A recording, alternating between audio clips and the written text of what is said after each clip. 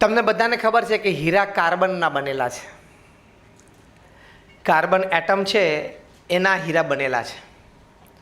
તમને આશ્ચર્ય એ પણ થશે કે કોલસો પણ કાર્બન એટમનો જ બનેલો છે. કોલસામાં કાર્બન સિવાય કાંઈ નથી, હીરામાં પણ કાર્બન સિવાય કાંઈ નથી. તો કોલસાની કિંમત કેટલી ને હીરાની કિંમત કેટલી? એક આટલો નાનો હીરો હોય એમાં 2-5 ટ્રક, 10, 15, 25 ટ્રક ભરીને કોલસા આવે. એક મા બાપના 2 દીકરામાં આટલો ફેર હોય? પણ આમાં છે. બેઝિકલી પ્રેશરથી બંને બનેલા છે. મિલિયન્સ ઓફ યર્સથી, કરોડો વર્ષથી કોલસો કે હીરા એ આ દબાણથી, ધરતી નીચે પ્રેશરથી બનેલા છે. એ જે કાર્બન એટમ છે એ જો આડાવડા ગોઠવાય, જેને વિજ્ઞાનની ભાષામાં, ફિઝિક્સ એટલે કે ભૌતિક શાસ્ત્રની ભાષામાં હેફેઝાર્ડ સ્ટ્રક્ચર કહે, એટલે કોઈ નીતિ નિયમ વગરનું આડું અવડું જો ગોઠવાઈ જાય કાર્બન બધા, તો એ કોલસો બની જાય. એના જ કાર્બન એટમ છે એ હેક્ઝાગોનલ સ્ટ્રક્ચર. આ પણ એક ભૌતિક વિજ્ઞાન છે. બેન્ઝીનનું રિંગ હોય ને એવી રીતે હેક્ઝાગોનલમાં ગોઠવાય તો એનો એ જ કાર્બન છે એ લેડ બની જાય, એટલે પીબી, જે આપણે પેન્સિલમાં કામ આવે. એટલે કોલસા કરતાં થોડી કિંમત એની વધારે થઈ. એના એ જ કાર્બન આટમ ટેટ્રાહેડ્રલ સ્ટ્રક્ચરમાં ગોઠવાય તો એ ડાયમંડ બની જાય. એટલે કોલસો, પેન્સિલની અણી અને હીરો ત્રણેય મૂળભૂત એક જ તત્વના છે અને એ કાર્બન છે. પણ એ કાર્બન એટમ કેવી રીતે ગોઠવાના ને એની ઉપર એની કિંમત નક્કી થઈ.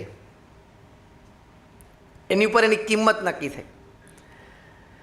એકવાર એક અમારા બહુ જ સારા પરિચિત વ્યક્તિ એ ત્યાં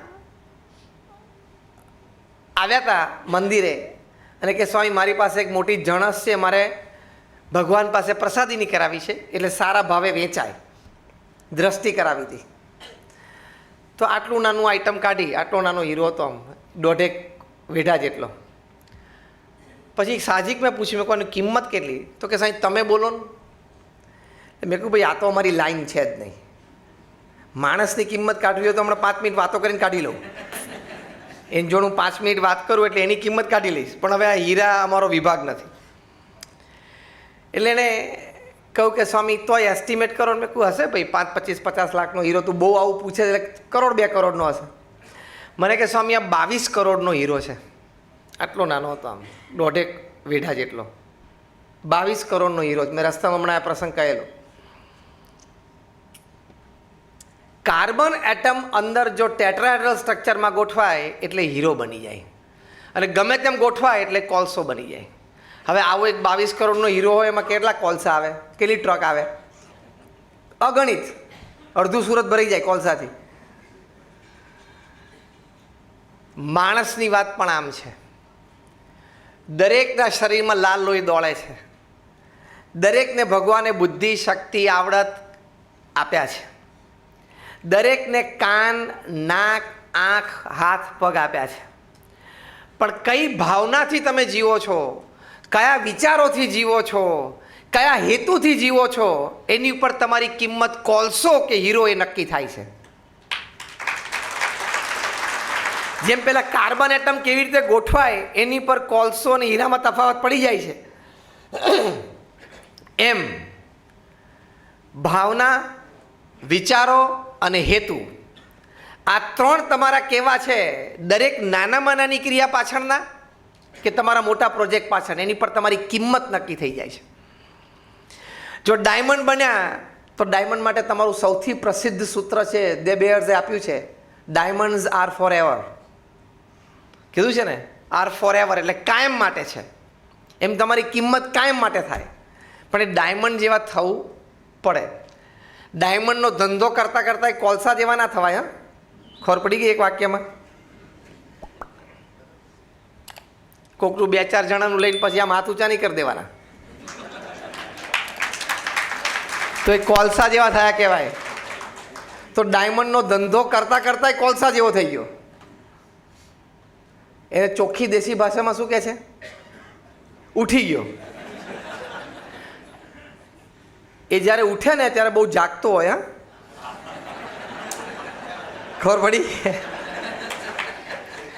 બહુ જાગે ને પછી ઉઠે. એટલે ડાયમંડનો ધંધો કરતાં કરતાં પણ નીતિ બગડી, ભાવના બગડી, વિચારો બગડ્યા અને હેતુ બગડ્યો એટલે કિંમત કોલસાની. અને તમે સામાન્ય દલાલી કરતા હશો, ઘણા અહીંયા બેઠા હશે, એમાંથી ઘણા સામાન્ય દલાલી કરતા હશે. નીતિ ચોખ્ખી હશે, પ્રામાણિકતા હશે, તો આ બે સદ્ગુણોમાં એટલી તાકાત છે. તમારી નીતિમત્તા અને પ્રામાણિકતાની વાતો ઠેઠ મોટા મોટા વેપારીઓ સુધી પહોંચતા વાર નહીં લાગે. તમે ઘરેથી નીકળો ત્યારે શર્ટ ઉપર પરફ્યુમ છાંટ્યું હોય, એ તમે ઓફિસે આવો કે લોકોને મળો તો 2-5 ફૂટના આજુબાજુના રેડિયસમાં લોકોને એની સુગંધ આવે છે કે નહીં? હા કે ના? લોહી ચુંબક અહીં મૂક્યો તો આજુબાજુ નાની મોટી ખીલીઓ હોય ને તાણી લે કે નહીં? તો પરફ્યુમમાં એટલી તાકાત છે કે આજુબાજુવાળા લોકોને સુગંધ આપી શકે. મેગ્નેટમાં એટલી તાકાત છે કે આજુબાજુથી લોખંડ ખેંચી શકે. તો નીતિમત્તા અને પ્રામાણિકતા એમાં એટલી તાકાત છે કે તમારી સુગંધ બજારમાં પ્રસરે ખરી. પેલી બે નિર્જીવ વસ્તુ છે, એમાં એટલી તાકાત છે. તો આ તો સદ્ગુણ છે, ધર્મ છે, એની સુગંધ પ્રસરે જ. તમે નીતિમત્તા અને પ્રામાણિકતા રાખશો, આ પહેલો મોટો ગુણ હ્યુમન ઇન મેન, માણસમાં માનવ. તમે લાખ પાઠ પૂજા કરતા હો પણ નીતિમત્તા અને પ્રામાણિકતામાં ચૂકો એટલે પહેલા લાખ પાઠ પૂજા 0. ખ્યાલ આવ્યો? તમે કદાચ રોજ મંદિર જતા હો, રોજ ભગવાનની માળા કરતા હો, પણ વ્યક્તિગત પારિવારિક જીવનમાં, વ્યવસાયિક સામાજિક જીવનમાં નીતિમત્તા અને પ્રામાણિકતા સાવ ચૂકી જતા હો તો એ અધર્મ તો છે જ. અને મેં કહ્યું એમ નીતિમત્તા અને પ્રામાણિકતા રાખશો તો તમારી પ્રગતિ શરૂઆતમાં તમને ઓછી દેખાશે, ધીમી દેખાશે, પણ આજે નહીં તો કાલે અને કાલે નહીં તો પરમ દિવસે પ્રગતિ જરૂર થશે. It has to happen. અને હવે તો જમાનો એવો આવ્યો છે કે કોઈ વ્યક્તિ ખોટું કામ લાંબુ ચલાવી શકશે નહીં. કારણ કે માર્કેટ ઓપન છે, ઇન્ટરનેટનો જમાનો છે, સોશિયલ મીડિયા છે, એટલે એ વાત તરત બહાર આવશે જ. હવે બધી સારી સારી રેસ્ટોરન્ટમાં કે હોટલમાં તમે જાઓ તો હવે લોકો બોર્ડ લગાવવા માંડ્યા કે દરેક વ્યક્તિ જે અહીંયા જમવા માટે આવે છે અથવા તો અમારા દરેક જે ગ્રાહક આવે છે એ પ્રેમથી અંદર જઈને અમારું રસોડું ગમે ત્યારે જોઈ શકે છે. આવું બોર્ડ લાગવા માંડ્યા રેસ્ટોરન્ટ ઉપર કે તમે જુઓ પ્રેમથી, અમારા રસોડામાં પાછળ જાઓ, છૂટથી જાઓ. તમે શાકભાજી કેવી રીતે રાખીએ છીએ, કેવી રીતે કટ કરીએ છીએ, કેવી રીતે ચોખ્ખાઈ રાખીએ છીએ, બનાવીએ છીએ, તમે જુઓ ને જાતે, પછી પ્રેમથી જમો. એટલે એટલી ટ્રાન્સપરન્સી લાવવી પડી. ખ્યાલ આવ્યો? આ કોમ્પિટિશનના ધંધામાં એટલી ઓપનનેસ લાવવી પડી. એટલે બહુ જ સાચી અને સ્પષ્ટ વાત છે. એટલે નીતિમત્તા અને પ્રામાણિકતા. દુનિયાના સૌથી ધનાઢ્ય વ્યક્તિ છે બિલ ગેટ્સ. માઇક્રોસોફ્ટ કંપનીના ચેરમેન, અત્યારે ચેરમેન એમેરિટસ છે. હમણાં જ 10 દિવસ પહેલાં ફોર્બ્સ મેગેઝિને જાહેરાત કર્યું કે ફરી વખત બિલ ગેટ્સ દુનિયાના નંબર 1 ધનાઢ્ય બન્યા. હમણાં અઠવાડિયે 10 દિવસ પહેલાં જ ફોર્બ્સનો રિપોર્ટ આવ્યો. એક અંદાજ પ્રમાણે 80 થી 90 અબજ ડોલરના એ માલિક છે. 1 અબજ ડોલર એટલે અત્યારે આપણે રાઉન્ડ ફિગર ગણો, 70નો ભાવ લઈએ, 71, 73, 74, 75નો નહીં પણ 70, તો 7,000 કરોડ રૂપિયા થયા. 7,000 કરોડ રૂપીઝ. 1 અબજ ડોલર એટલે એવા 70 ગણો એટલે 5 લાખ કરોડ. 5 લાખ કરોડ. મીંડા તમારા મોબાઈલમાં સમાશે નહીં 5 પછીના, કારણ કે 12 થાય ડિજિટ. એ માણસે એમનું જીવન ચરિત્ર લખ્યું છે. એ પુસ્તકનું નામ છે business at the speed of thought. તમારે વેપાર ધંધો તમારી વિચારની ગતિએ કરવો છે કે મને વિચાર આવ્યો કે આ કરવું છે અને હું કરી શકું અને એ થાય અને એમાંથી મને લાભ મળે. Business at the speed of thought. આમાં બિલ ગેટ્સ લખે છે કે મારા જીવનનું રહસ્ય, મારી સફળતાનું કારણ 3 મુદ્દા છે. પહેલો મુદ્દો ડિટર્મિનેશન, એટલે નક્કી કર્યું કે કરવું છે. પહેલો મુદ્દો શું? નક્કી કર્યું કે કરવું છે. પછી એમાં દરવાજો બંધ હોય તો ખોલી નાખવાનો, અને દરવાજો ન હોય તો દિવાલ પાડી દેવાની, પણ નીકળવું છે એટલે નીકળવું જ છે. ધેટ ડિટર્મિનેશન, એટલું સ્ટ્રોંગ માઇન્ડેડ નક્કી થવું જોઈએ કે આ કરવું છે એટલે કરવું છે. હા, કરતાં પહેલાં 100 વાર વિચાર કરવાનો. પ્રમુખ સ્વામી મહારાજના ગુરુ શાસ્ત્રીજી મહારાજનો સિદ્ધાંત હતો, જેણે સંસ્થા સ્થાપી. હું જે સંસ્થામાંથી આવું છું એ દુનિયાની પ્રથમ 10માંની એક સંસ્થા છે સમાજ સેવામાં. યુનાઇટેડ નેશન્સમાં યુનોમાં અમારી સંસ્થાને પરમેનન્ટ સીટ છે. તમે બધાએ અક્ષરધામ જોયું હશે. સુરતમાં તમે બધા રહો છો એટલે અડાજણના કિનારે પણ મોટું મંદિર જોયું હશે. પાછળ અમારી મોટી હોસ્પિટલ પણ જોઈ હશે, પ્રમુખ સ્વામી હોસ્પિટલ. આવા નાના મોટા 1200 કેમ્પસ પ્રમુખ સ્વામી મહારાજે એકલા હાથે ઊભા કર્યા. અને એમાં તમારા લોકોની જેમ કોમર્શિયલ એક્ટિવિટી નહોતી કે આપણું દર વર્ષે આટલું ટર્નઓવર છે ને આટલો પ્રોફિટ છે ને આટલું. આશીર્વાદ આપીને દાન જ લેવાનું. હા, રોજ સવાર ઉઠીને માંગવાનું જ. એમાં આવડી મોટી સંસ્થા ઊભી કરવાની. 110 હોસ્પિટલો ઊભી કરી. હોસ્પિટલ, હોસ્ટેલ, સ્કૂલ અને કોલેજ. અને એનું સફળ સંચાલન કરવાનું. એવા માણસો શોધવાના પાછા. એ પ્રમુખ સ્વામી મહારાજ એક સિદ્ધાંત કાર્યલક્ષ્ય રાખતા હતા. જે પહેલો મુદ્દો આપણે જોઈએ છે ને હ્યુમન ઇન મેનમાં, એમાં પેટા મુદ્દો નક્કી કરવું.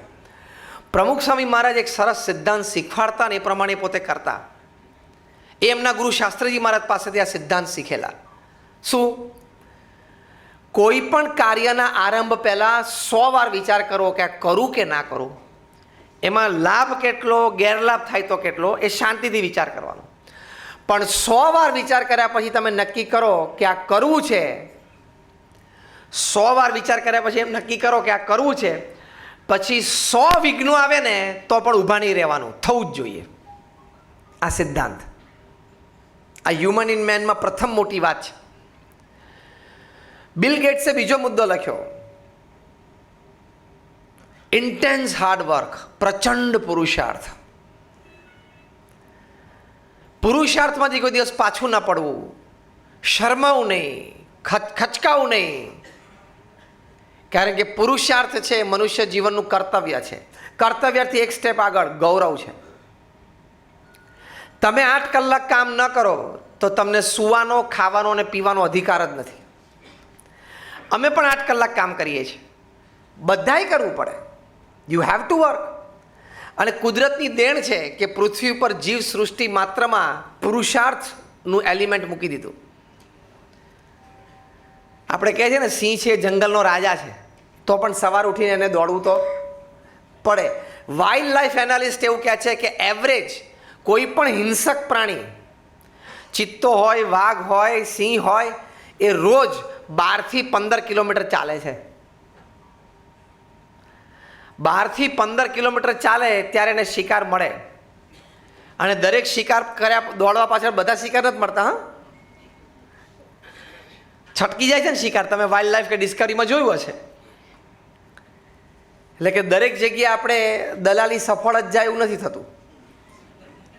કોઈક જગ્યાએ 2 કલાક બેસીને બધી વાત સમજાય ને પેલો કે સારું, તો પછી હવે જોશું ને વિચારશું. આ તમે બધા હસ્યા કેમ? એ કહો તો. આ તમારી ભાષા હું બોલતો લાગુ છું. હા હા, અત્યારે તો થાય છે ને, હજી થોડુંક વધવાનું છે, પાછું બધું આવી જશે સરખું. એટલે એની ચિંતા નહીં કરવાની. દર 10 વર્ષે કોઈ પણ દેશે મંદીમાંથી પસાર થવું પડે. 2008માં મંદી હતી, 9માં, એટલે પાછું આવે. એટલે 10-12 વર્ષે એકવાર લો સ્વિંગ આવે જ કોઈ પણ દેશને. અત્યારે ચાઇનાનું 6ની નીચે આવી ગયું ગ્રોથ, ઇકોનોમિક ગ્રોથ 6% નીચે આવી ગયો છે. એટલે થાય, બની શકે. એટલે ડબલ ડિજિટ ફિગરમાં નથી, સિંગલ ડિજિટમાં. ટકા ના કહેવાય પણ સિંગલ ડિજિટમાં આવી ગયું. એટલે બનવા જોગ છે અને પાછો સ્વિંગ આવશે. અને કુદરતની મહેર છે, વરસાદ સારો પડ્યો છે એટલે શિયાળુ પાક પણ સારો આવશે, ઉનાળુ પાક પણ સારો આવશે. એટલે પછી તેજી ચાલશે. કારણ કે જે દિવસે ધરતી 1ના 100 દાણા કરીને આપે ને તે દિવસે જ માર્કેટમાં તેજી આવે. તેજી હીરાથી નથી આવતી. તેજી હીરાથી નથી આવતી. તેજી આવે પછી હીરામાં જાન આવે, હીરામાં જીવ પછી આવે. કારણ કે એકના 100 દાણા ધરતી કરે ને પછી પહેલું કામ કપડાં ઘર વખરી લે, એમાંથી પૈસા વધે એટલે વાહન લે, એમાંથી પૈસા વધે એટલે મકાન સરખું કરાવે, એમાંથી પૈસા વધે પછી તમારો વારો આવે હીરાનો. કારણ કે લક્ઝરી આઈટમ છે ને, એટલે કપડાં ને વાહન ને ઘર 3 થઈ જાય ને પછી તમારો વારો આવે છે. એટલે આવશે ટાઈમે, પણ આ સ્વિંગ ઉપર છે. This is the economic way. તો આપણે વાત કરતા હતા બીજા મુદ્દાની, ઇન્ટેન્સ હાર્ડવર્ક. પુરુષાર્થમાંથી પાછું ના પડવું. આફ્રિકાના જંગલ માટે એક સરસ કહેવત છે કે રોજ સવારે સૂર્યોદય થાય એટલે જે ધીમામાં ધીમું હરણ હોય ને એને ઝડપીમાં ઝડપી સિંહ કરતાં થોડુંક તો ઝડપી દોડવું પડે.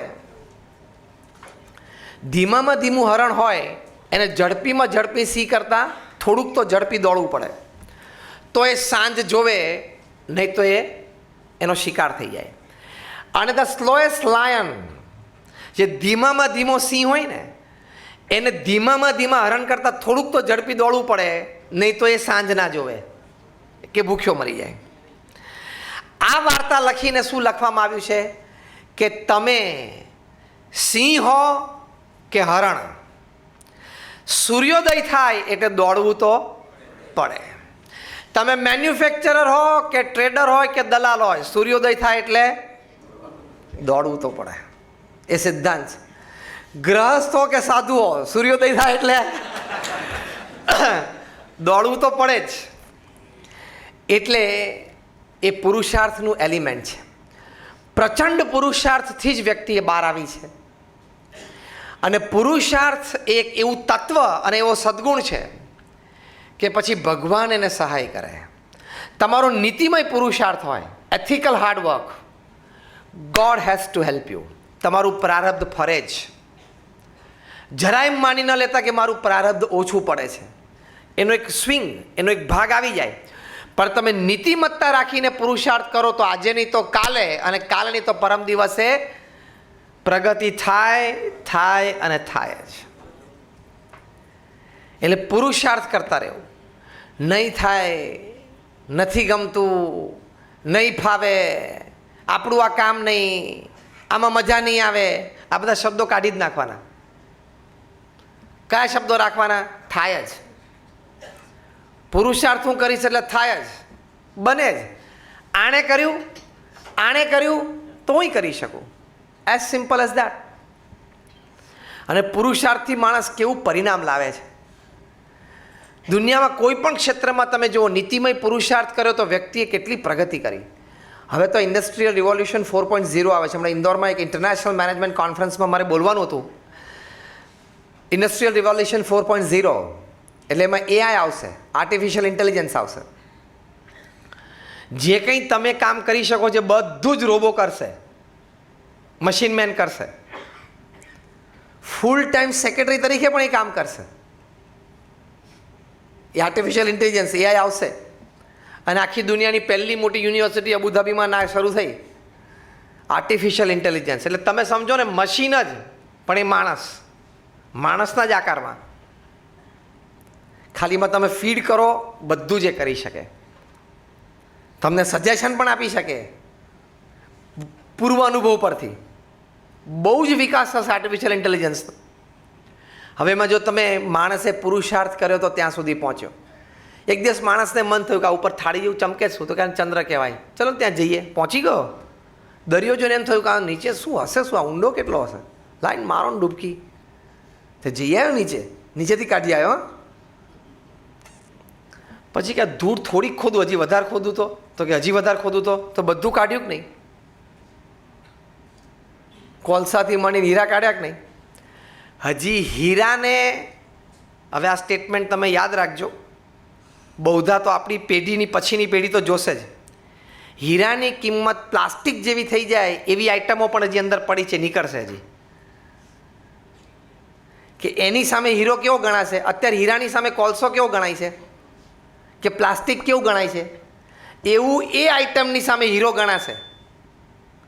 એટલી મોંઘી આઈટમો પણ ભગવાન અંદર મૂકી છે, પણ એનો ટાઈમ નક્કી કર્યો ત્યારે જ નીકળશે. તમારે બધાની જિંદગી પૂરી થઈ જાય ત્યાં સુધી ના નીકળે તો સારું. ખૂબ મૂકેલું છે. પછી ધૂળમાંથી બધો કાર્યક્રમ પૂરો થઈ જશે એટલે દરિયો છે, દરિયામાં એના કરતાં 100 ગણું મૂકેલું છે. અને દરિયાનો બધો કાર્યક્રમ 3000ની સાલમાં, 4000ની સાલમાં, એટલે આજથી 2000 વર્ષ પછી એ કાર્યક્રમ પૂરો થશે ખોદવાનો. પછી સ્પેસમાં પણ ભગવાન એટલું જ મૂકેલું છે. કારણ કે 7 અબજની વસ્તીને સવારે ઉઠીને કામ તો આપવું જ નહીં, એટલે ભગવાને બધું ગોઠવી રાખ્યું છે. 8-10% પ્રજા તો પૃથ્વી ઉપર સવારના પર ઉઠીને ખોદવા જ માંડે છે. ખેડૂતથી માંડીને તમારો માઇનિંગ કરે ને, ખેડૂતથી માંડીને માઇનરથી માંડીને પેલો બોરવેલ બનાવનારો બધા ગણી લેવાના. 8-10% પ્રજા સવારના પોરમાં ઉઠીને ખોદવા જ માંડે છે, એને બીજો કોઈ કાર્યક્રમ જ નહીં. બીજી 8-10% પ્રજા એ છે કે ખોદેલું જે બધું બહાર કાઢે ને, લોખંડ કાઢે, એલ્યુમિનિયમ કાઢે, પેટ્રોલિયમ કાઢે, ઓઇલ કાઢે, એ પ્રોસેસ સુધી પહોંચાડે, મેન્યુફેક્ચરિંગ સુધી પહોંચાડે. બીજી 8-10% પ્રજા એ પ્રોસેસ્ડ માલ માર્કેટ સુધી લઈ જાય. પૃથ્વી પર 1.5-2% પ્રજા જેવી છે કે શાંતિથી ઘેર બેઠા બધું ભોગવે છે. આ બધો કાર્યક્રમ પતે ને પછી કે નવી ગાડી આવી, ટેસ્લા આવી, આપી ઘેર આપી જાઓ, લાવો અમે ભોગવીએ. તો પુરુષાર્થનું એલિમેન્ટ એ ભગવાને મૂકેલું છે.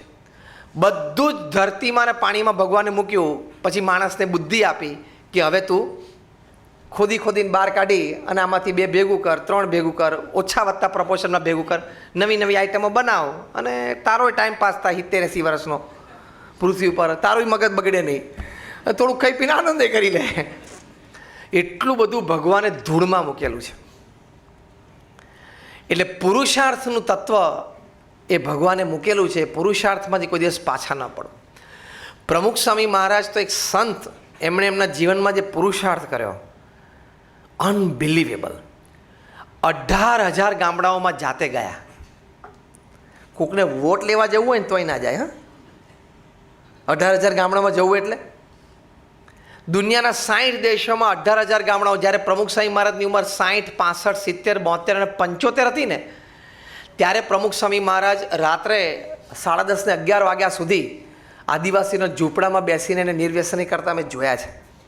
લોકો એમને વ્યક્તિગત પારિવારિક પ્રશ્નો માટે પત્રો લખતા, સોલ્યુશન માટે, સ્પષ્ટ નિર્ણય માટે કે આમ કરું. એવા 7.5 લાખ પત્રો વાંચ્યા અને ઉત્તર આપ્યો. એટલે 45 વર્ષ ગુરુપદે રહ્યા એટલે રોજના 70 પત્રો વાંચવાના અને એનો ઉત્તર આપવાનો. રોજના. અમથું ફરી જાય, ગાંડો થઈ જાય માણસ. સવાર બપોર સાંજ એમ 500 વ્યક્તિઓને વ્યક્તિગત મળીને એનો પ્રશ્ન સાંભળતા, એનો સુઝાવ આપતા અને આશીર્વાદ આપતા. એવા 2 મિલિયન 20 લાખ લોકોને વ્યક્તિગત મળ્યા. 1200 મંદિરો બનાવ્યા 45 વર્ષમાં. એટલે દર વર્ષે કેટલા થયા? 25. દર વર્ષે 25 થયા ને, એટલે 52 અઠવાડિયામાં 25. એટલે દર 15 દિવસે એક. હવે તમે આ કલ્પના કરો, દર 15 દિવસે એક જમીન ખરીદાઈ જાય, એનો લીગલ પ્રોસેસ પૂરો થઈ જાય, એના પ્લાન પાસ થઈ જાય, એનું બાંધકામ પૂરું થઈ જાય, મૂર્તિઓની પ્રતિષ્ઠા થઈ જાય, ગામ ધુમાડા બંધ જમી જાય. દર 15મા દિવસે આ કાર્યક્રમ. હવે ખબર પડી, આ એનાલિસિસ તમે બ્રેકડાઉન કરો ને એટલે તમને લેવલ ખબર પડે. દર 15મા દિવસે તમે એક જણો ઓફિસ લેતો હોય નવી, દર 15મા દિવસે એક જણો નવી ઓફિસ લેતો, દર 15મા દિવસે ઉદ્ઘાટન. આમ ઠરી ગયા બધા. હા સ્વામી, તમે આ વાક્ય કયું બોલો છો તમને ખબર પડે છે? દર 15મા દિવસે ભલે એક નાની રૂમ લે, 8x8 નહીં, પણ દર 15મા દિવસે એક સંસ્થા ઊભી કરવી એટલે પ્રચંડ પુરુષાર્થ. 110 હોસ્પિટલ, હોસ્ટેલ, સ્કૂલ, કોલેજ ઊભી કરી. 50-50, 60-60 એકર ઉપર મોટી સ્કૂલ્સ બધી. તમે અમારા સ્કૂલના કેમ્પસોમાં બધે જાઓ તો તમને અમેરિકામાં એવું લાગે. અમારા જેવા 1100 સંતોને દીક્ષા આપી, એમાં 750થી પણ વધારે સંતો graduate, post graduate, chartered accountant, doctor અને એન્જિનિયર છે. એમાંથી 150થી પણ વધારે સંતો અમેરિકા અને બ્રિટનમાં જન્મેલા, આફ્રિકા અને ઓસ્ટ્રેલિયામાં. એમાંથી 50થી પણ વધારે સંતો Stanford, Harvard, Carnegie Mellon, Yale ઇન્સ્ટિટ્યૂટમાં ભણેલા છે. $1.5 લાખ વાર્ષિક પગાર છોડીને સાધુ થયા છે. એવા કેટલા બધા સંતો છે. આ તો મેં તમને એટલા માટે કીધું, તમને એવું ના થવું જોઈએ કે નહીં ફાવ્યું, નહીં જામ્યું એટલે અહીં આવી ગયા.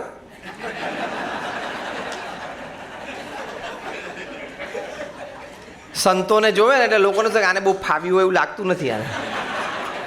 આને કંઈક આમ સંસાર વ્યવહારમાં મજા નહીં આવી હોય, આને કંઈ ગમતું નહીં હોય. બધું ગમેલું હતું, ફાવેલું હતું, બધું જામેલું જ હતું, પણ આ તો પ્રમુખ સ્વામી મહારાજના લીધે અહીંયા આવ્યા છે. તમારા 2 જ સંતાન હોય ને બેને મોટા કરતા 20 વર્ષના કરતા સુધી તો તમે મા બાપ લગભગ 5-10 વખત હાથ પછાડીને બોલો કે આના કરતા તો તું બોલો, વાક્ય પૂરું કરો,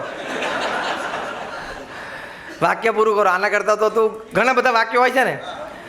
તમારા તો 2 છોકરા, તમારું જ લોહી, તમારો જ ઉછેર, મૂળ તો તમારો જ જન્મ, લોહી, ઉછેર, ઘરના સંસ્કાર તમારા જ, છતાં તમે બેને ઉછેરતા ઉછેરતા આમ ત્રાસી જાઓ. અમે 1100 કોઈને પ્રમુખ સ્વામી જોડે કોઈ લોહીનો સંબંધ નહીં, અમારો કંઈ ઉછેર પ્રમુખ સ્વામી નથી કર્યો, તોય પ્રમુખ સ્વામી મહારાજ અમને 1100ને સાથે રાખી શકે પ્રેમથી, લાગણીથી, સંપથી, સુરતભાવથી. કેટલી મોટી વાત કહેવાય. હે, એનું રહસ્ય કહું છું હમણાં. એ અમને 1100ને ભેગા રાખી શકે એની માટે 3 સ. તમે રહસ્ય પૂછ્યું ને તો રહસ્ય 3 સ. એક, અમને ભરપૂર સમય આપ્યો એમણે. બીજું, અમને સંસ્કાર આપ્યા. અને ત્રીજું, અમને શ્રદ્ધા કરાવડાવી.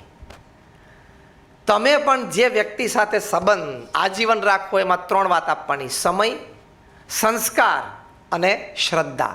આ 3 સ રાખશો ને એટલે કોઈ પણ સંબંધ કે કોઈ પણ ધંધો સારામાં સારો ચાલે. પણ એવા અમને 1100 જણાને દીક્ષા આપી. એમાં આદિવાસીમાં વિસ્તારમાં આદિવાસીના ઝૂંપડામાં રહીને મોટા થયા આદિવાસી પણ છે અમારા સંતો. અને હાર્વર્ડ યુનિવર્સિટીમાંથી ડબલ MBA થયો એવા છે. આખી રેન્જને ભેગી રાખવી એટલે આ રેન્જ છે. આખી રેન્જને એક જ કપડામાં એક જ સ્ટાઇલથી ભેગા રાખવા એટલે ચેલેન્જ છે બહુ મોટી. આ તમને કહું છું, એક સિમ્પલ દ્રષ્ટાંત આપું છું, ઘરે જઈને પ્રયોગ કરજો એટલે આજે હું બોલું છું એ કેટલી મોટી વાત છે તમને ખબર પડે.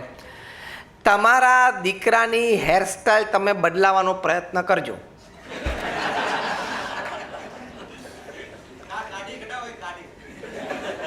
હા, દાઢી કદાચ એ રાખતો હોય, ફ્રેન્ચ કટ રાખતો હોય, જે એની ઈચ્છા હોય રાખતો હોય. આપણે એ રાખે ન રાખે સાથે કોઈ નિસ્બત નથી. એનું જીવન છે, પ્રેમથી જે રીતે જીવતો હોય એ રીતે પ્રેમથી જીવવાની ના નથી. આ તો હું તમને પ્રયોગની દ્રષ્ટિએ કહું છું. અને આ વાતનો મહિમા સમજો તમે એટલે કહું છું કે પ્રમુખ સ્વામી મહારાજ અમને 1100ને ભેગા એક સિસ્ટમમાં રાખે છે. તમારો તો પોતાનો જ દીકરો છે, એની હેરસ્ટાઈલ ખાલી બદલે કે બેટા જરા હેરસ્ટાઈલ આપણે બરોબર નથી છે, બદલને, એવું એને એકવાર કહી તો જોજો. હું તો કહું છું હું હિંમત ના કરતા, કારણ કે કંઈક જો થઈ ગયું ને બોલી ગયો ને તો કાયમ માટેની બધી મર્યાદા તૂટી જશે. તો પ્રમુખ સ્વામી મહારાજે અમારા 1100ની હેરસ્ટાઈલ લાઈફ ટાઈમ બદલી કાઢી. એ બહુ મોટી વાત નથી આ હેરસ્ટાઈલ? તો નીતિમય શ્રદ્ધા રાખીને પ્રચંડ પુરુષાર્થ કરો તો આટલું મોટું કામ. કોર્પોરેટ મેનેજમેન્ટમાં તો એમ કહેવામાં આવે છે it is easy to run 10 corporates than an NGO. તમે 10 મોટી કંપનીઓ ચલાવી શકો, પણ આ BAPS જે સંસ્થામાંથી આવો એ સંસ્થા, એ લેવલની એવડી મોટી સંસ્થા એ ચલાવવી ને એનાથી અઘરી છે. કારણ કે તમે જે કંપનીઓમાં કામ કરો છો ને ત્યાં તમારે આર્થિક વહીવટ મુખ્ય છે. એમાં પે એન્ડ સ્માઇલ રિલેશનશીપ હોય કે તમારા શેઠને તમારું કામ ગમે છે એટલે શેઠના ચહેરા ઉપર સ્માઇલ છે અને તમને પગાર આપે છે. બરાબર? તમને તમારા શેઠનો પગાર ગમે છે એટલે તમારા ચહેરા ઉપર સ્માઇલ છે. જે દિવસે પગાર નહીં ગમે એ દિવસે વિંગ બદલાઈ જશે. ભારત ડાયમંડ બુર્સની વિંગ બદલાઈ જશે. આમ એમાંથી બીમાં જતો રહેશે, બીમાંથી સીમાં જતો રહેશે, કારણ કે બધું ભેગું જ છે. તરત આમ ચાલવા મળશે. એટલે એને શું કહેવાય? Pay and smile. પગારમાં પે કરે છે, પેલો કામમાં પે કરે છે. અમે જે એનજીઓમાં કામ કરીએ છીએ એમાં સર્વ એન્ડ સ્માઇલ, સેવા કરવાની અને ચહેરા ઉપર આનંદ રાખવાનો અને આજીવન ખુશ રહેવાનું, કોઈને પગાર નહીં. અમે સંતો, અમે પૈસા નડતાય નથી, કોઈ બેંક એકાઉન્ટે નથી. એવી રીતે એનજીઓમાં કામ કરવું, સંસ્થાઓમાં કામ કરવું એ બહુ જ અઘરી વાત છે. અને એ પણ આજીવન ટેક લઈને કામ કરવાનું. હા, વન વે છે. એવી રીતે આ સંસ્થા ચલાવી, પણ એમાં આ મોટો સદ્ગુણ નીતિમત્તા અને પ્રામાણિકતા, શ્રદ્ધા રાખીને પુરુષાર્થ કરવાનો. હમણાં ગુરુહરિ મહંત સ્વામી મહારાજને એક વ્યક્તિએ પત્ર લખ્યો કે 4-5 વેપાર બધા ભેગા થઈ ગયા, ખોલતા તો ખોલી નાખ્યા, પણ હવે ભાર બહુ રહે છે મગજ ઉપર. તો તમે એક વાક્યમાં ઉપાય આપો. મહંત સ્વામી મહારાજે એક જ વાક્ય લખ્યું. આમે એ તો બહુ મિતભાષી છે, ઓછું બોલે છે. મહંત સ્વામી મહારાજે લખ્યું કે ધીરજ રાખીને મંડ્યા રહેવું એટલે બધા કામ થશે. કેટલી સરસ વાત છે આ! ધીરજ રાખીને મંડ્યા કરવું. તમે પેલો કરોડિયો ચડે ને, તમે એને પાડો એટલે પછી શું કરે? નીચે પડીને તરત પહેલું કામ શું કરવાનું? ચડવાનું ચાલુ. તમે જોજો ને 10 વાર પાડશો ને 10 વાર 11મી વખત ચડશે. એ કોઈ દિવસ એમને કહે હવે આપણાથી નહીં થાય, એ થાય જ. તો એ બીજો મોટો સદ્ગુણ છે કે પ્રચંડ પુરુષાર્થ હંમેશા કરતા રહો. એક બહુ જ મોટા સંગીતકાર હતા, બીથોવન નામ હતું. એ 2 હાથે પિયાનો વગાડતા હતા. પહેલી વ્યક્તિ જે 2 હાથે વગાડતી હતી. ન્યુયોર્કમાં ત્યાં એમની લાઈવ કોન્સર્ટ હતી. RCMHમાં, રેડિયો સિટી મ્યુઝિક હોલ, દુનિયાની સૌથી પ્રતિષ્ઠિત વેન્યુ કહેવાય. 6 માળની ગેલેરી છે. ઓડિયન્સની સામે, સ્ટેજની સામે 6 માળ છે. તમે અહીંયા દાદરમાં અમારા મંદિરે પાછળ યોગી સભાગૃહમાં આવ્યો ને તો એ 3 લેયરનો કહેવાય, આ 6 લેયરનો છે. મર્સિડીઝ કે પેપ્સી કે કોક જેવી મોટી કંપનીઓનું પ્રોડક્ટ લોન્ચિંગ ને બધું ત્યાં થતું હોય. ત્યાં ચાર્લી ચેપ્લિનથી માંડીને બધાએ પરફોર્મ કર્યું છે. એ RCMHમાં, રેડિયો સિટી મ્યુઝિક હોલમાં બીથોવને વગાડ્યું અને 6000ની કેપેસિટી છે ઓડિટોરિયમની, પેક્ડ ઓડિટોરિયમ. અને બધા મંત્રમુગ્ધ થઈ ગયા અને તાલીઓ પાડીને સ્ટેન્ડિંગ ઓવેશન પર આવી ગયા. કાર્યક્રમ પત્યો એટલે પ્રેક્ષક ગણમાં એક એમનો ચાહક, એમનો ફેન બેઠેલો. એ દોડીને સ્ટેજ ઉપર આવીને બીથોવનનો હાથ પકડ્યો કે સર. બીથોવન કે શું?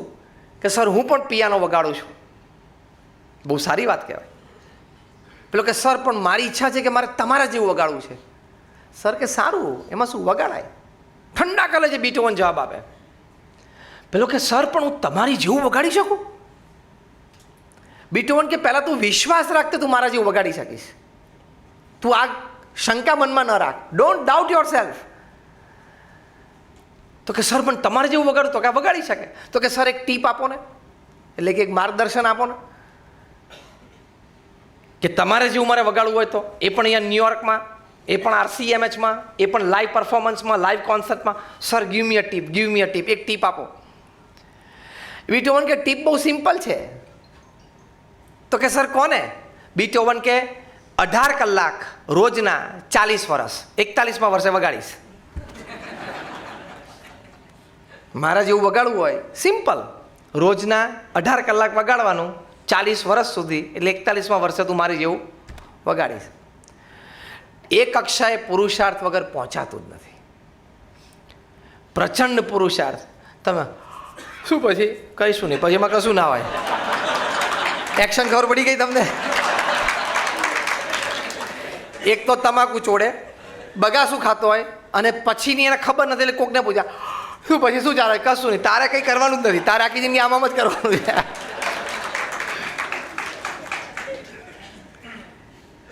એટલે આ વિચાર રાખવાનો.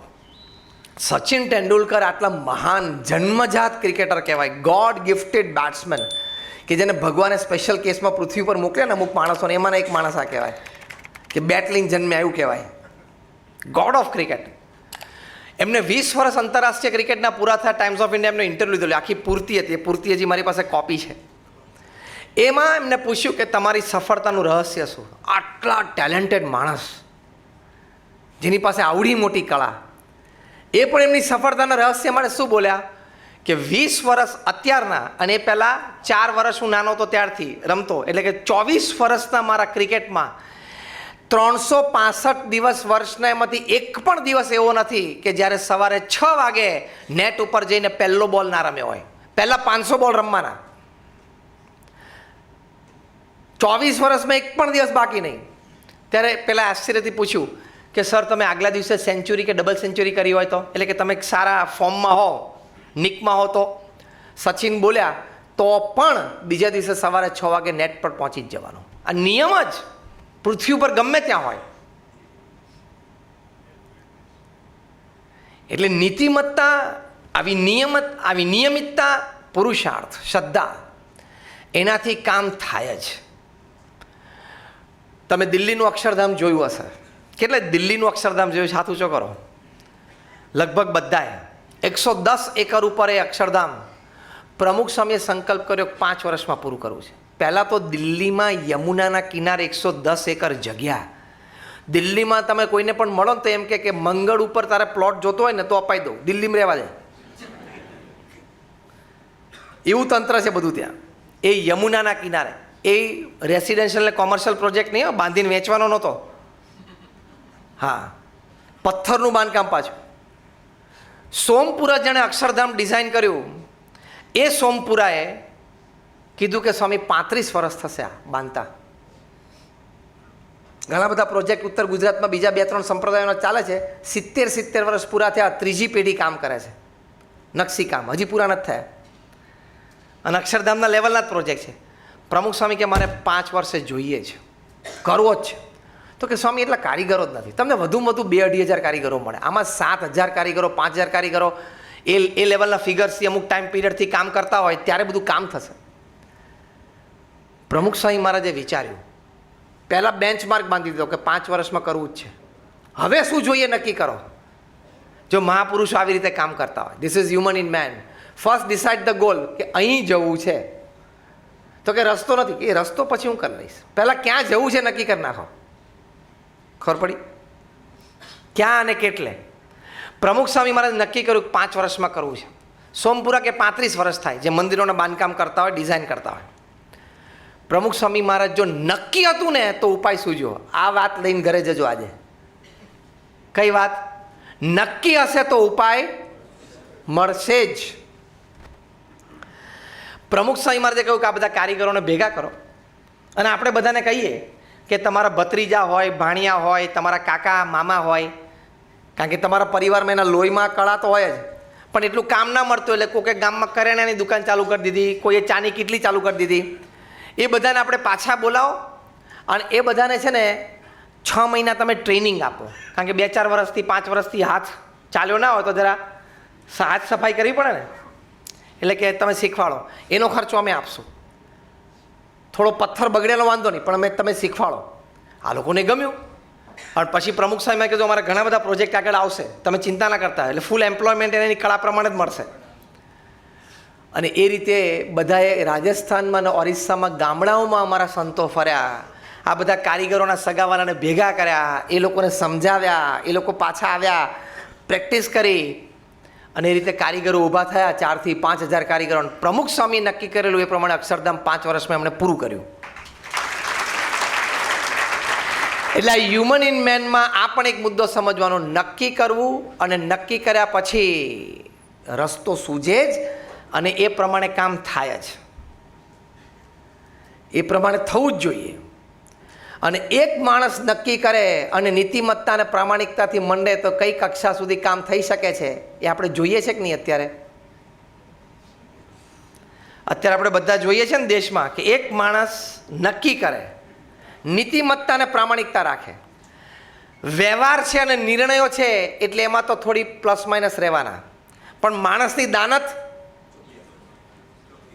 માણસની રાષ્ટ્રભક્તિ, એમાં કોઈ શંકા નહીં.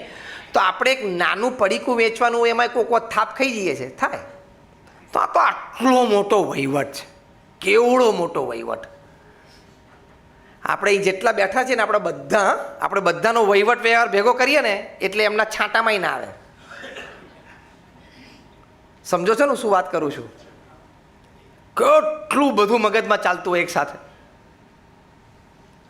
પણ જો એ વ્યક્તિની નીતિમત્તા અને પ્રામાણિકતા છે, મતિ સાચી છે તો પરિણામો જોવા મળે છે કે નહીં? ટ્રાન્સફોર્મેશન જોવા મળે છે કે નહીં? હા કે ના? તો એ લેવલ પર છે, આ લેવલ પર પણ થઈ શકે. પ્રમુખ સ્વામી મહારાજ 5 ધોરણ ભણેલા, આ કામ કરી શકે?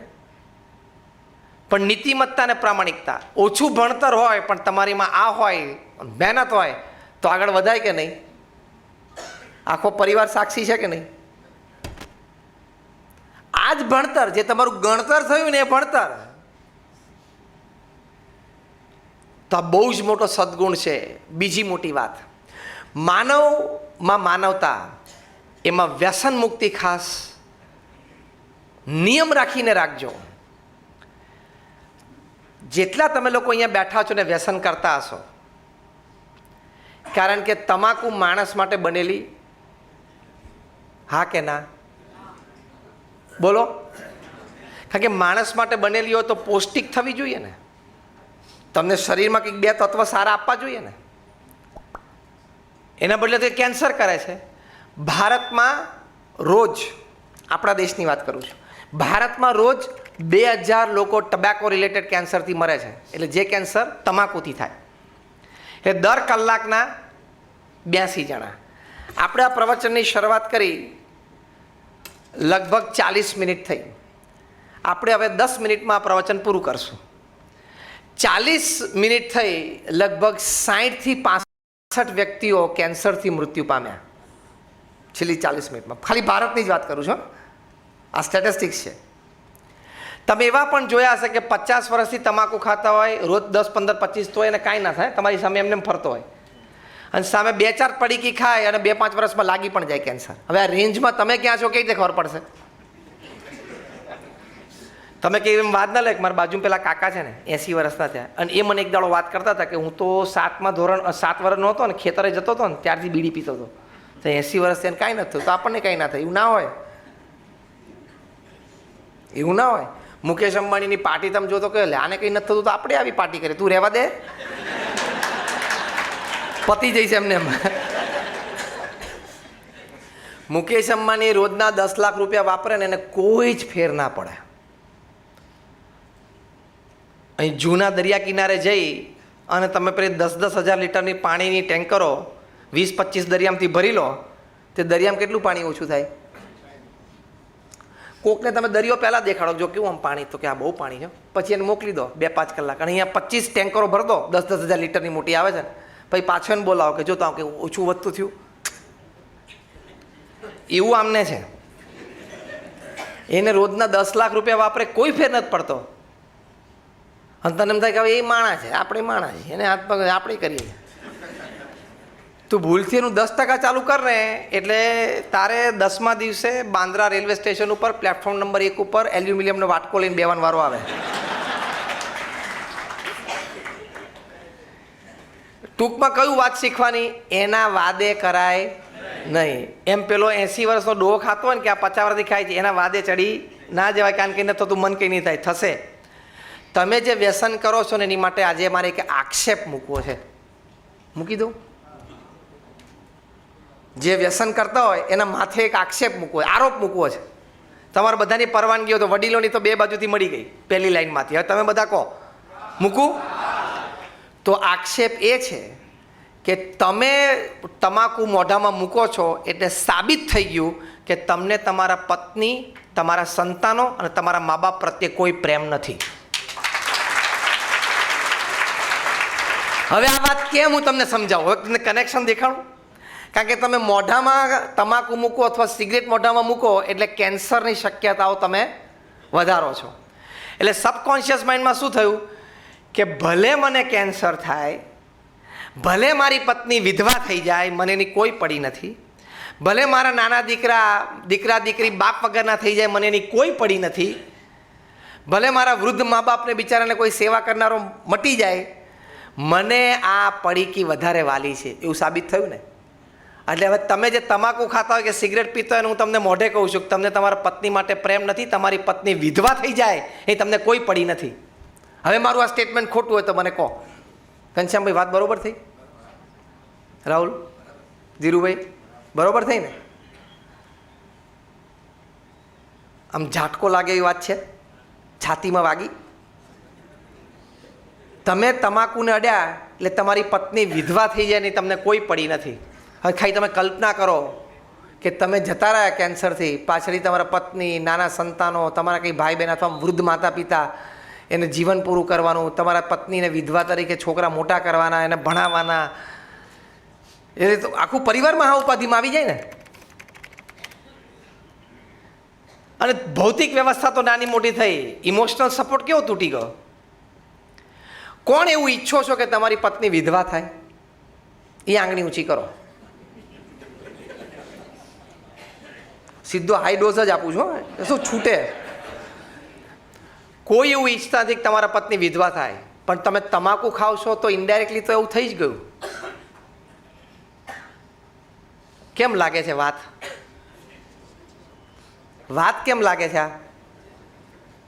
આમ ખોલીને નથી બોલતા કોઈ, આમ જેમ ખુલીને બોલવું જોઈએ ને, રણકાર નથી આવતો. કારણ કે ઘણા તો પડીકી ખિસ્સામાં રાખી હશે અત્યારે, અને પાછું રાહ જોતા હશે હવે જો સ્વામી 10 મિનિટમાં પતાવે તો મારો ટાઈમ થઈ ગયો છે.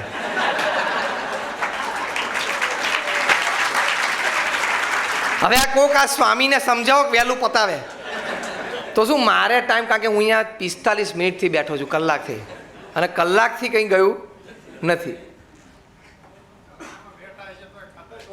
અડધાન તો અહીંયા બેઠા છે ને કોકના મોઢામાં છે. જો અમે તો તમારા સારા માટે વાત કરીએ છીએ, અમને કોઈ જ સ્વાર્થ નથી, તમારી પાસેથી રૂપિયાનો સ્વાર્થ નથી. અમે બહુ જ મોટી સંસ્થામાંથી આવીએ છીએ, અમને તમારી પાસેથી બીજો કોઈ સ્વાર્થ નથી. આજે આ વાત થઈ તો લાગણીથી તમને વાત કરીએ છીએ. અમારે કંઈ બૈરા છોકરા નથી, પરિવાર નથી, કામ ધંધો, નોકરી ધંધો, વ્યવહાર કશો જ નથી. પણ ભગવાનને સંભાળીને પ્રમુખ સ્વામી મહારાજના હૃદયમાં જે વાત હતી, પ્રમુખ સ્વામી મહારાજના હૃદયમાં જે વ્યસન મુક્તિની વાત કરીએ, પ્રમુખ સ્વામી મહારાજને એમના શતાબ્દી મહોત્સવ સંભાળીને તમને વાત કરીએ છીએ. આજે અહીંયા આવ્યા છો તો છોડી દેજો, હિંમત રાખજો.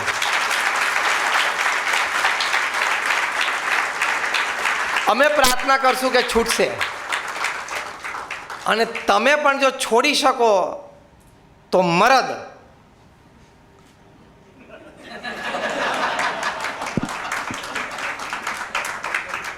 છોડો તો જ મરદ, બાકી ખોટે ખોટામાં એક બટન ખુલ્લું રાખવું એ મરદ નહીં. આ જે તમારો પરિવારનો દુશ્મન છે ને છોડી શકો તો તમે મર્દ. એક ઘાને 2 કટકા કરી નાખવાના, ના જોઈએ એટલે ના જ જોઈએ, એ જીગરથી જ કામ કરવાનું. બરોબર? પાકું?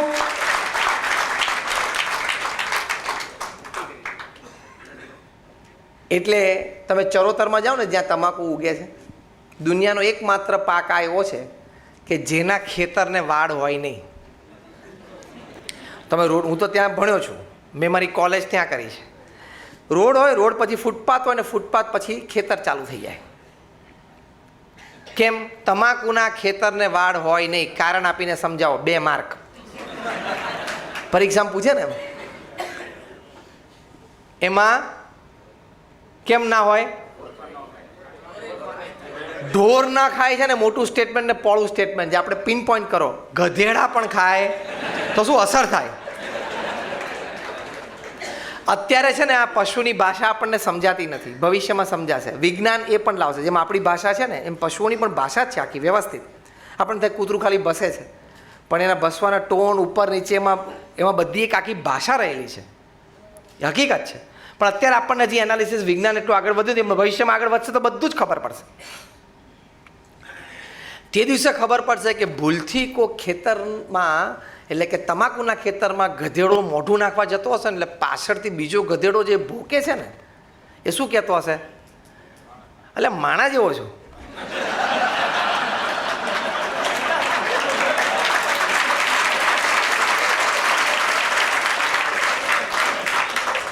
જેમ આપણે ગુસ્સે થઈએ નહીં, ઘણી વખત આમ ગુસ્સામાં આવી ગયા, કોઈ આમ ખોટું કરી નાખ્યું તો આપણે ત્યાં બોલીને જ જોતું, ઓલા ગધેડા જેવું છું, અમને જ બોલી કાઢતા આપણે, અમને બોલી કાઢીએ આપણે ઉતાવળે, ગુસ્સામાં હોય, જરા ઉતાવળમાં હોય, કંઈક ખોટું થઈ ગયું કોઈનાથી, જરા આપણને ના ગમ્યું જેના આપણે જરા આવેશમાં આવી ગયા ના બોલી કાઢીએ, એટલે ગધેડા જેવો છું, તો સમજણ પડતી નથી.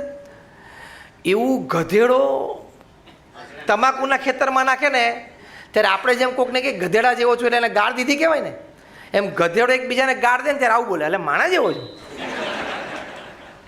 એવી ભાષામાંથી બહાર આવશે. ત્યારે આપણે સારું તો બહુ કરી, પછી બોલશે પાછું બીજી વાર ભોકીને કે આ પેલા હલકટ માણસ એનો ખોરાક છે.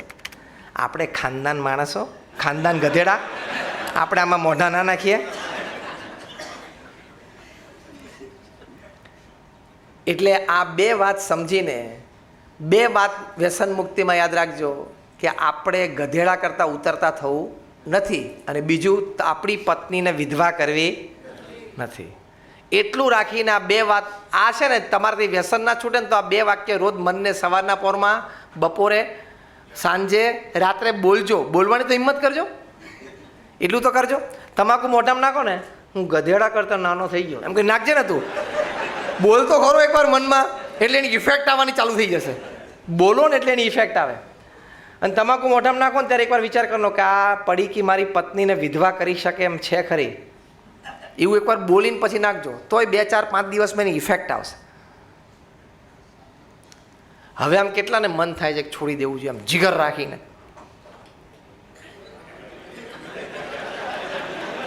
તમે આંગળી ઊંચી કરશો તમને એમ કે આ એમ કહેતા હતા કે મારે તો વ્યસન છે, બધાને ખબર પડી જાય. તું મોઢામાં ડૂચા નાખીને પર આખા ગામને ખબર છે. તું એમ ના માનીશ કે હું આંગળી ઊંચી કરીને બધાને ખબર પડી જાય કે હું વ્યસની છું. પણ આમ જીગર કેટલાને આવે છે. અને છેલ્લી વાત, ભગવાન પ્રત્યેની શ્રદ્ધા અને ભક્તિ રાખજો. પ્રમુખ સ્વામી મહારાજનું આ સૂત્ર હતું. હું શબ્દશઃ પ્રમુખ સ્વામી મહારાજના શબ્દ બોલું છું કે જીવનમાં શ્રદ્ધા અને ભક્તિ દ્રઢ રાખજો. તમે જે પણ વ્યવસાય કરતા હો, જ્યાં પણ કરતા હો, જે પણ ભગવાનને માનતા હો, સવારે તમે ઉઠીને અને રાત્રે સૂતા પહેલાં થોડુંક ભગવાનનું નામ સ્મરણ કરજો. આ હું સંત છું એટલે નથી કહેતો. 50,000થી પણ વધારે સાયન્ટિફિક રિસર્ચ દેશ પરદેશમાં સેમિનાર્સમાં બહાર આવી છે. વૈજ્ઞાનિકોએ આ સંશોધનો કર્યા છે કે ભગવાનના નામ સ્મરણથી લાભ શું. સ્પેશિયલ સાયકોન્યુરો સોફ્ટવેર, તમારા કોમ્પ્યુટરમાં બધા જે સોફ્ટવેર્સ આવે ને, સ્પેશિયલ સાયકોન્યુરો સોફ્ટવેર્સથી ભગવાનના નામ સ્મરણ પહેલાં જે આ વ્યક્તિઓ તેના શરીરમાં હાવભાવ પ્રમાણે, વિચારો, મનોવિચાર પ્રમાણે હાર્મોન્સ કેવા રિલીઝ થયા, પછી ભગવાનનું નામ સ્મરણની પ્રેક્ટિસ કરાવી, પછી એ સાયકોન્યુરો સોફ્ટવેર વર્ઝન 2.0થી બધું ચેકિંગ થયેલું. બહુ વૈજ્ઞાનિક ઢબે થયેલો આ પ્રયોગ છે. એમાં એવું નક્કી થયું, આ university of Philadelphia, university of Pennsylvania, એમાં ડૉક્ટર H.G. કોઈંગ, એમાં ડૉક્ટર એન્ડ્રયુ ન્યુબર્ગ, આ બધા હું નામ બોલું છું, તમે ગૂગલ ઉપર વાંચી શકશો. તો ભગવાનના નામ સ્મરણથી રોજ 12 મિનિટ ભગવાનનું નામ સ્મરણ કરે તો એ લોકોએ કહ્યું કે જે બાળકો હતા એમાં 20થી 25% વધારો એની યાદદાસ્તમાં જણાણો. આ મોટો લાભ છે કે નહીં? ચલો સ્વર્ગની મોક્ષની વાત પછી કરીએ, એ ભૂલી જાઓ અત્યારે. પણ આ પણ એક મોટો લાભ છે કે નહીં? બીજો મોટો લાભ કે જે તરુણો હતા અને યુવાનો હતા એ લોકોને 20થી 25% વધારો વિલ પાવર અને કોન્ફિડન્સમાં થયો ભગવાનના નામ સ્મરણથી. જે આધેડ વયના હતા, એટલે કે 22થી 60 વર્ષના હતા, એ લોકોને 20થી 25% વધારો બફર કેપેસિટીમાં, એટલે શું, દુઃખ અને ઝાટકા સહન કરવાની શક્તિમાં. એ અત્યારે બહુ જરૂર છે. દુઃખ અને ઝાટકા સહન કરવાની શક્તિમાં 20 to 25% ઇન્ક્રીઝ. અને જે 60થી ઉપરના હતા, 60થી ઉપરના એટલે જે રિટાયર્ડ અને વૃદ્ધ, એ લોકોને 20થી 25% વધારો ઇમ્યુન સિસ્ટમ સ્ટ્રેન્થમાં, એટલે કે રોગ પ્રતિકારક શક્તિમાં થયો. 80 વર્ષની ઉંમરે સૌથી વધારે લાભ શું? નિરોગી હોય. 5 લાભ ભગવાનના નામ સ્મરણથી થયા એવું યુનિવર્સિટી ઓફ ફિલાડેલ્ફિયામાં ડૉક્ટર એન્ડ્રયુ ન્યુબર્ગે આ સાયકોન્યુરો સોફ્ટવેરથી વૈજ્ઞાનિક ઢબે સાબિત કર્યું. એક, તમારી યાદશક્તિ વધી. બીજો, તમારો વિલ પાવર અને કોન્ફિડન્સ વધ્યો, એટલે કે આત્મવિશ્વાસ. ત્રીજું, તમારા બફર કેપેસિટી એટલે રોગ એટલે દુઃખ સહન કરવાની, ઝાટકા સહન કરવાની શક્તિ વધી, અને તમારી રોગ પ્રતિકારક શક્તિ વધી. આ 5 વધે એની માટે પણ નામ સ્મરણ કરવું જોઈએ કે નહીં? આ તો મેં તમને એક પ્રયોગ કીધો, આવા 50,000 પ્રયોગ થયેલા છે. એટલે આવા મહાન સંતો, પ્રમુખ સ્વામી મહારાજને કોઈ પણ વ્યક્તિ મળે ને, પ્રમુખ સ્વામી મહારાજને એક સરસ આદત હતી, અને એ આદત એમની ભાવનામાંથી હતી. પ્રમુખ સ્વામી મહારાજ એ વ્યક્તિને કાયમ કહેતા કે તું વ્યસન હોય તો છોડી દે અને ભગવાનની રોજ 2 માળા કરજે. આ બહુ નાની વાત લાગે છે આપણને, સામાન્ય વાત લાગે છે, પણ આમાં તમારા જીવનનું બહુ મોટું શ્રેય સમાયેલું છે. એટલે તમને પણ આ પ્રમુખ સ્વામી મહારાજના જન્મજયંતિ નિમિત્તે પ્રમુખ સ્વામી મહારાજનો સંદેશો છે. જે સંદેશો લઈને આજે અમારા ગુરુ મહંત સ્વામી મહારાજ 87 વર્ષની ઉંમરે એ જે સમાજમાં વિચરણ કરે છે એ આ છે કે વ્યસન મુક્ત જીવન રાખજો અને ભગવાનનું થોડુંક નામ સ્મરણ સવારે 2 માળા કરજો, તમે એનો લાભ જુઓ. તો આટલી એક વાત હ્યુમન ઇન મેનની છે. ટૂંકમાં આપણે પ્રવચનમાં આટલા મુદ્દા જોયા. એક, નીતિમત્તા અને પ્રામાણિકતા હંમેશા રાખવા. બીજું, પ્રચંડ પુરુષાર્થ જીવનમાં કરવો, એમાંથી પાછું પડવું નહીં. ત્રીજું, વ્યસન મુક્ત જીવન હંમેશા રાખવું. ચોથું, પરિવાર સાથેનો સમય નિયમિત અને વ્યવસ્થિત આપવો. અને પાંચમું, ભગવાન પ્રત્યેની શ્રદ્ધા અને ભક્તિ. આ 5 મેસેજ પ્રમુખ સ્વામી મહારાજની જન્મજયંતિ નિમિત્તેના છે. 4 ડિસેમ્બરે સાંજે તમને બધાને આમંત્રણ છે. તમારામાંથી ઘણા બધાને આમંત્રણ કાર્ડ મળ્યા પણ હશે અને હજી મળશે પણ ખરા. અમારા દેવેન્દ્રભાઈ કિકાણી બધા છે, નિલેશને બધા પહોંચાડશે આમંત્રણ. અનિલ ક્યાં છે? ગોધાણી આ બેઠા છે. આ બધા કાર્યકર્તાઓ છે અમારા, એ તમને બધાને આમંત્રણ આપશે. તમે 4 ડિસેમ્બરે સાંજે, બુધવાર છે પણ અડધો દિવસ ધંધો ખોટો કરીને પણ આવજો.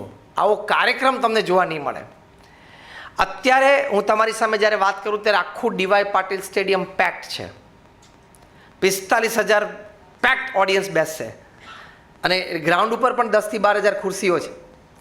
આ કાર્યક્રમનું જીવંત પ્રસારણ આસ્થા ટીવી ચેનલ ઉપર ઓલ ઓવર વર્લ્ડ લાઈવ થશે, જે અમારા દરેક મોટા મહોત્સવનું થાય છે. દરેક વ્યક્તિ આવશે ને કોઈ પાર્કિંગની તકલીફ નહીં પડે, કારણ કે લગભગ 11 પાર્કિંગ ઝોન છે. 11 પાર્કિંગ ઝોન છે. લગભગ 1,000 બસ અને 2,000 ઉપર ગાડીઓનું પાર્કિંગ છે અંદર.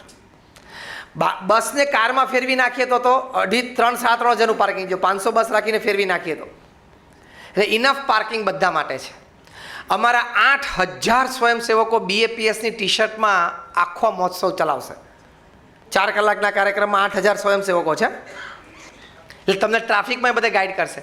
મુંબઈ પોલીસે એટલો સરસ સહકાર આપ્યો છે અમને, ટ્રાફિક પોલીસે, કે દિવસે એક્સ્ટ્રા ફોર્સ, એક્સ્ટ્રા વ્યવસ્થા બધું ગોઠવીને કાંઈ ટ્રાફિક જામ ન થાય. તમે સ્ટેડિયમની અંદર આવશો એટલે તમને કેરી બેગ આપવામાં આવશે, જેમાં ફૂલ ડિશ ડિનર હશે, 8 થી 10 આઈટમની. છાશે હશે, કારણ કે આપણે સૌરાષ્ટ્રના માણસને છાશ તો જોઈએ, પણ બધાને પીવડાવવાની છે આપણે. એટલે એવી કોઈ પણ આઈટમ સાથે પાણી, ટિશ્યુ પેપર, મુખવાસની પડીકી બધું આપવામાં આવશે. એટલે તમે કાર્યક્રમ સાંજે 5 થી 9નો છે એ જોતાં જોતાં તમારા ટાઈમ થાય એટલે તમે જમી શકો. 7, 7:30, 8, 8:30 તમારા ટાઈમે તમારે પ્લેટ ખોલીને જમવાનું. આ 50,000ને ડિનર પ્લેટ હાથમાં આપીએ એટલે અમારી માટે નાનામાં નાનો કાર્યક્રમ છે. ગુજરાતમાં અમે 2.5-3 લાખ સુધી પહોંચીએ છીએ અને એમાં ગરમ ગરમ ખીચડી પેક કરીને આપીએ છીએ કે છેલ્લા 2 કલાકમાં પેક થઈ હોય 3 લાખ જણાને. એટલે આ તો અમારી માટે બહુ જ નાનો કાર્યક્રમ છે. 50,000નું ઓડિયન્સ હેન્ડલ કરવું એ. સ્ટેજ પણ અમારા સંતોએ ડેકોરેશનથી, કોઈ તૈયાર ઇવેન્ટ મેનેજમેન્ટ આમાં કાંઈ જ નથી. સ્ટેજ પણ કોઈ ઇવેન્ટ મેનેજમેન્ટે તૈયાર નથી કર્યું. આખું બહુ જ ડેકોરેટિવ થર્મોકોલની એ બધાની સુપર કલરફુલ ડિઝાઇન્સથી અમારા સંતોએ ડિઝાઇન કરી છે. અને બધા માટે સરસ બેઠક વ્યવસ્થા છે. અમારા કોઈ પણ આવા કાર્યક્રમમાં કોઈનું ખિસ્સું કપાણું નથી, કોઈ ધક્કામુક્કી થઈ નથી, એટલે તમે એની પણ ચિંતા ના કરતા. એટલે અમારું નિમંત્રણ છે, બધા ખાસ પધારજો. અને આઈ ગેરંટી યુ, હું તમને ગેરંટી આપું છું કે it will be one of the best evenings of your life. તમારા જીવનની એક સારામાં સારી સંધ્યા તમે જોશો. આ કાર્યક્રમ KBC કોણ બનેગા કરોડપતિ જે બનાવે છે ને, એમણે આખો પ્રોફેશનલ ડિઝાઇન કરેલો કાર્યક્રમ છે. મટીરિયલ અને ફીડિંગ અમે આપ્યું છે, પ્રેઝન્ટેશન એ લોકોએ કર્યું છે. પ્રમુખ સ્વામી મહારાજના જીવનના અદ્ભુત પ્રસંગો, કોઈ પ્રવચનબાજી ત્યાં નથી, એટલે તમે કંટાળશો નહીં. 1-2 અમારા વડીલ સંતોના આશીર્વાદ છે, બાકી ફાઇન પ્રેઝન્ટેશન છે. પ્રમુખ સ્વામી મહારાજના જીવન પ્રસંગોમાંથી તમે ખૂબ સારું વ્યક્તિગત પારિવારિક જીવન માટે તમે શીખી શકશો. અત્યારે હું કહું છું, હું બોલું છું, મારા વચનમાં તમે વિશ્વાસ રાખજો કે તમે એકવાર ત્યાં આવશો, તમને આખી જિંદગીની સ્મૃતિ રહેશે. અને પરિવાર સાથે આવજો. બધા માટે અમે સારામાં સારી વ્યવસ્થા કરી છે, પણ એકવાર વિશ્વાસ રાખીને તમે આવો, તમે જુઓ અને તમે છાતી ભરીને બહાર નીકળશો કે વાહ, આજે બહુ જ સારી વાત જોઈ, જાણી અને શીખ્યા. અને છેવટે કંઈ ન હોય તો અમારું મેનેજમેન્ટ જોવા માટે આવજો, તમને એમાં પણ મજા આવશે. અને એ ના જોવું હોય તો અમારું જમવા તો આવજો. અમે કોઈ જમવાનું આમંત્રણ આપણે જવું પડે ને પ્રેમથી કે અમારે ત્યાં જમવા આવજો એવું કહે ને, નહીં પડોશી કે કાકા મામા માસી કે જમવા આવો ને, કેટલા વખતથી આવ્યા નથી તો જઈએ કે ના જઈએ, એમ અમારું આમંત્રણ છે કે અમારે ત્યાં જમવા માટે પધારજો. એટલે બહુ જ સરસ કાર્યક્રમ છે, ખાસ પધારજો. આપ સૌને ખાસ અમારું નિમંત્રણ છે, સૌ પ્રેમથી સ્વીકારજો. જય સ્વામિનારાયણ. Hello hello.